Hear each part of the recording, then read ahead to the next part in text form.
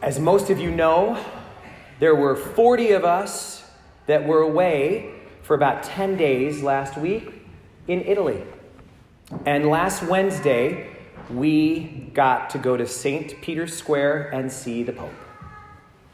Wasn't easy. We got there at the gates before dawn, before 7 a.m. And we were told we needed to do that because the Pope would appear around 10 a.m. And if you want to get anywhere near a spot where you might get close to him, you need to go early. But we were not the first ones there. If you have never been to St. Peter's Square, it's a lot like going through security at the airport. They have all of these security stations, and you have to put your things in the gray bin and then walk through the metal detector. And it was not an easy process to get through there. By the time they finally opened the gates, all of us had had quite a few people elbowing us in the face and shoving us aside. And we were pretty disappointed. There was a lot of chatting about that. What are we doing? Here we are seeing the Pope, and people are treating each other like this. But you know, I've done some more thinking and reflecting about it, and I now see it a little bit differently. Just about everybody who was there was from another country, and this was their one shot to see the Pope. This was not going to happen again for most of them in their lives, and they needed to do it. They needed to, whatever it took. They had to get in there, and they had to see the Pope. And I think that's exactly what's going on today in the gospel. Bartimaeus is not going to throw away his one shot. I think it's interesting that it starts off in the gospel telling us Jesus was leaving Jericho. He was leaving. This is it. If you want to spend time with him, it's now or never. He's not coming back this way. So Bartimaeus gets the courage to call out, Jesus, here I am. Please look at me. Have pity on me. And people did not like it. They told him, shh, quiet, shut up. He doesn't want to talk to you. Who do you think you are? And that is exactly what happens to all of us when we take a step toward connecting with God. We receive resistance, often in that same way.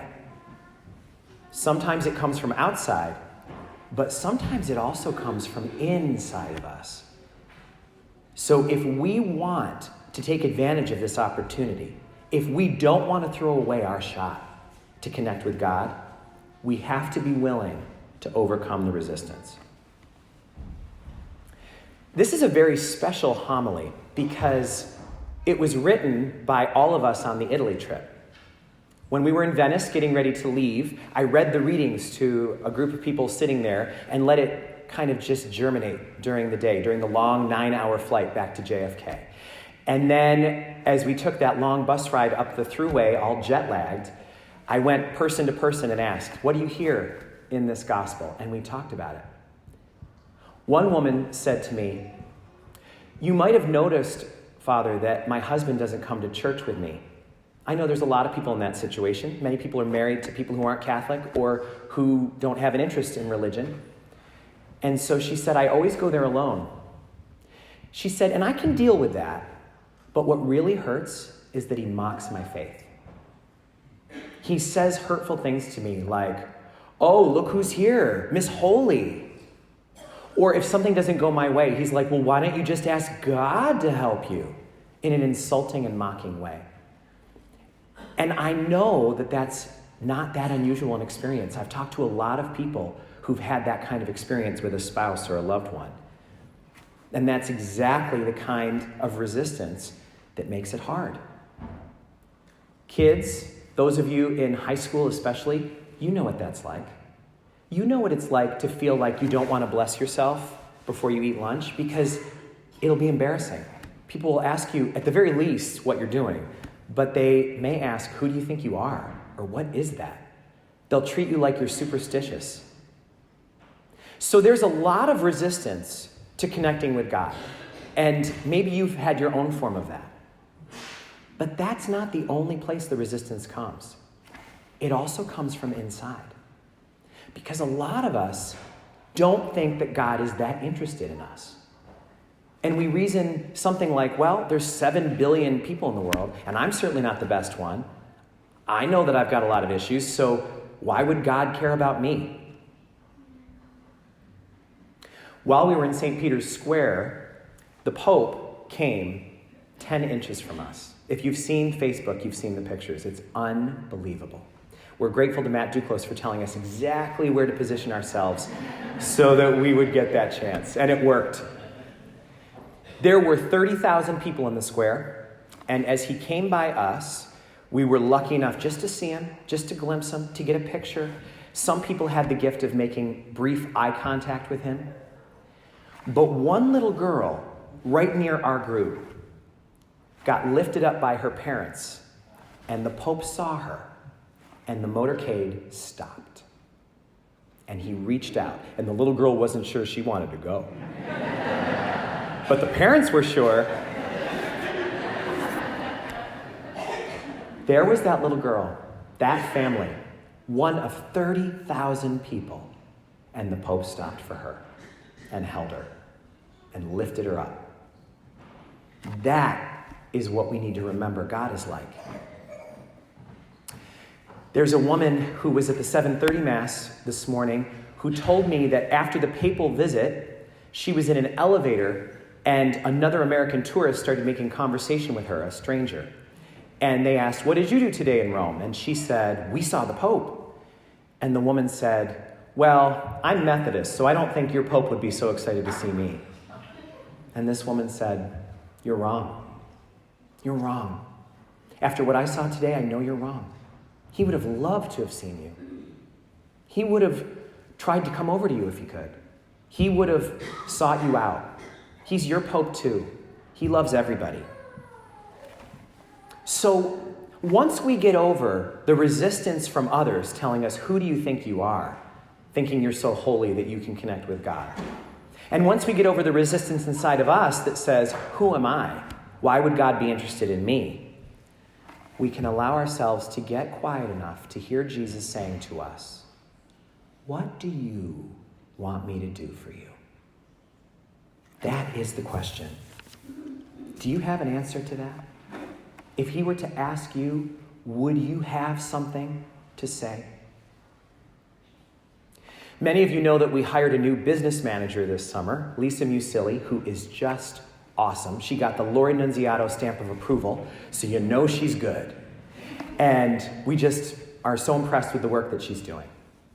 We had a round of interviews with the trustees and myself first, and then when we got to the finalists, we turned to members of our staff. And Donna Hagen, who works in our office, came with a set of questions, and one of them blew me away. She asked the finalists, if there was a store where you could buy any virtue or quality that you needed, which one would you buy and why? If there were a store that could sell the qualities or virtues that you lack, what would you put your money on the counter for and why? Is that not a fantastic question? How would you answer that? This week, we are being invited to consider what our answer to the question, "What do you want me to do for you?" would be.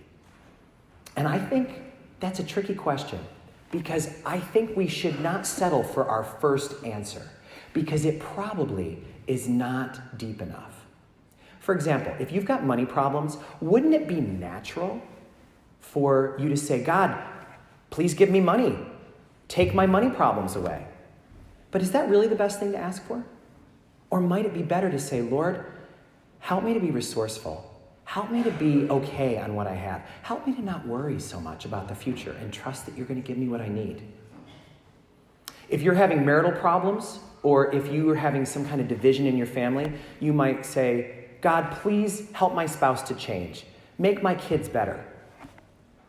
But might it be better to look at a bigger picture and say, "Lord, help me to be easier to satisfy. Help me to not have such high expectations that other people are never going to be able to meet them." If we've been hurt or wronged, we might say, "God, get my ex to admit that he or she was wrong. Get my old boss to grovel and admit that they were wrong." But might it not be better to say, God, help me to be peaceful about accepting an apology that I'm never going to get. I'm never going to get that apology from that ex or that person who wronged me. How can I accept an apology that's never going to be spoken out loud to me? We need to get behind what it is that we think we want to figure out what really do we most want. All of those people at St. Peter's Square that were driving us crazy, elbowing us to get out of the way, they were doing what they had to do. They had one shot. Most people will never get a chance to see the Pope in person. That's reserved to very few people in the world. But all of us are going to get something even better in a few minutes. Really and truly. We're going to have an encounter, not with the Pope. We're going to go right above his head. We're going to have an encounter with Jesus Christ in the Eucharist. And he is going to say to us in the silence of that, what do you want me to do for you? Let's get ourselves together and get an answer to that question. Because how sad it would be to waste that shot.